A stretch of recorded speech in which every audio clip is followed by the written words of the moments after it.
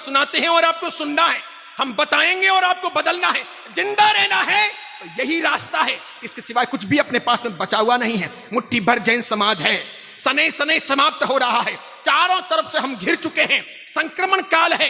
ये हमारे सामायिक ने प्रतिक्रमण, ये जाप ने, ये तप ने, ये तीर्थ यात्राएं, ये नव्वाणु, ये मंदिर उपास्य स्थानक और तेरापंथ भवन तो कुछ ही दिनों में नीलाम होने वाले हैं।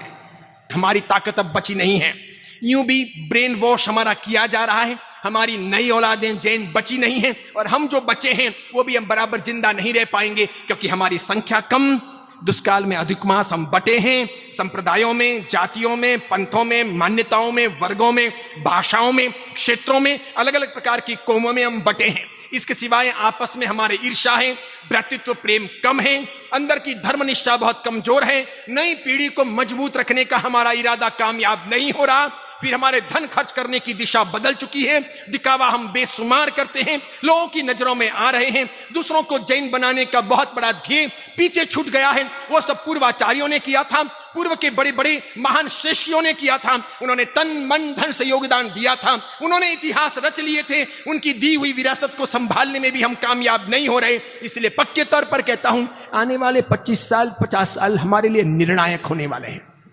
आज लोकतंत्र आया, अब हमें कोई यूं मारने वाला नहीं, यूं काटने वाला नहीं, यूं तलवार की जोर पर धर्म परिवर्तन करवाने वाला नहीं। ऐसा अभी तत्काल लोकतंत्र में संभव नहीं, थोड़ा और समय लगेगा।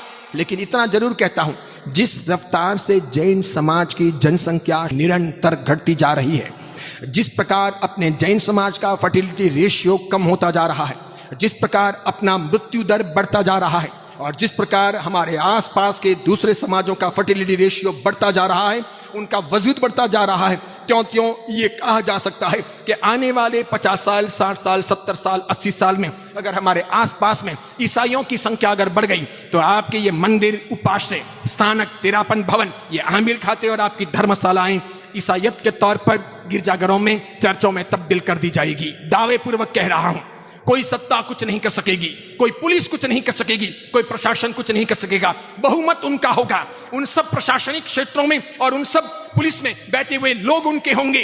तो कानून भी वे बना देंगे, कानून को वे उथल भी देंगे, कानून बदल भी देंगे, नए कानूनों का निर्माण भी कर देंगे, और कभी ना कभी हमको समाप्त कर देंगे। अगर आसपास में मुसलमानों की संख्या बढ़ गई तो वे लोग उसे मस्जिदों में तब्दील कर देंगे। देखते ही देखते ये मंदिर, ये उपाश्रय, ये स्थानक, ये तेरापन भवन, ये छोटे बड़े नए या पुराने हमारे तीर्थ या हमारे आमिल खाते और हमारी पाठशालाएं मस्जिदों में तब्दील हो जाएगी।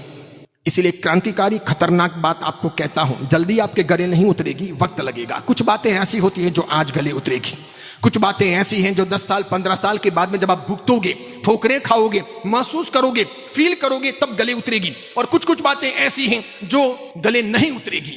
उसमें से एक बात ऐसी है कि मैं ये सोचता हूं कि अब कोई नया मंदिर बनाना, नया उपाश्रय बनाना, नया स्थानक बनाना, नया तेरापन भवन बनाना, कोई आमिल खाता बनाना अब बेकार है। अब बनाने का अर्थ नहीं है। अब जितना है उतना संभाल लो, बस बहुत हो गया। अब बनाओगे तो मान के चलो वो दूसरों के लिए बना रहे हो। ये जितने भी हाईवे पे वगैरह यहाँ वहाँ, चेन्नई के आसपास, बेंगलोर के आसपास, मैसूर के आसपास, या आपके सेलम के आसपास, इरोड के आसपास, कोयमुतूर के आसपास, या अन्य कहीं भी जो भी छोटे बड़े तीर्थ स्थान वगैरह बन रहे हैं, इन सब की उम्र 10 साल 15 साल 20 साल 25 साल, बस, इसके अधिक नहीं। भले बोलने में प्रतिष्ठा के दिन बोलते हैं, यावत चंद्र दिवाकर, जब तक सूरज चांद रहेगा, ये जिन शासन का नाम रहेगा, ये जिनालय रहेगा, ऐसे करके भले वासकशिप डालते हैं और बोलते हैं। ये सब बोलने के लिए स्लोगन है। सूरज तो रहेगा, चांद भी रहेगा, आपके मंदिर नहीं रहेंगे, ये स्थानक नहीं रहेंगे, ये तेरापन भवन नहीं रहेंगे, क्योंकि आप नहीं रहोगे, आपकी अस्मिता नहीं रहेगी, आपकी शक्ति नहीं रहेगी, आपका वर्चस्व नहीं रहेगा, आपका बल नहीं रहेगा, बस दूसरों का वजूद बढ़ जाएगा। और ये मत्स्य गलागल न्याय का सिद्धांत यहां पर लागू होगा कि बड़ी मछली छोटी मछली को हमेशा खा जाती है। और इसीलिए मैं मंदिर का विरोधी नहीं, स्थानक का विरोधी नहीं, तेरापन भवन का विरोधी नहीं, कोई पाठशाला आमिल खाते का विरोधी नहीं, उपास्य का विरोधी नहीं, लेकिन मैं ये सोचता हूं कि अब शक्ति वहां लगाने का अर्थ नहीं बचेगा।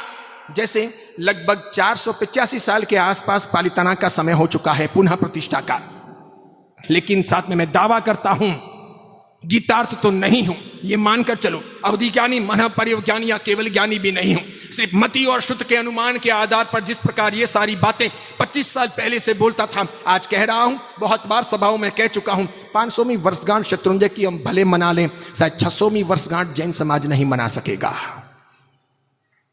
वो फिर और कोई मनाएगा।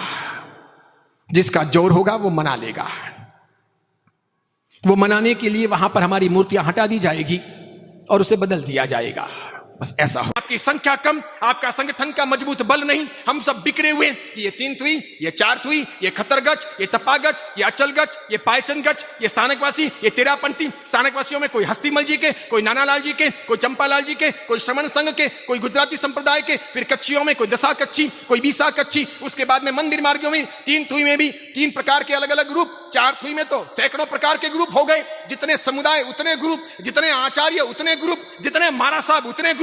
उसी प्रकार अचलगच में भी, उसी प्रकार अन्य अन्य सब जगह पर इतना सारा बिखराव है कि अंदर अंदर हम एक दूसरे को ही काटते हैं। हम ये अब तक समझ ही नहीं पा रहे हैं कि हमारे असली शत्रु कौन है।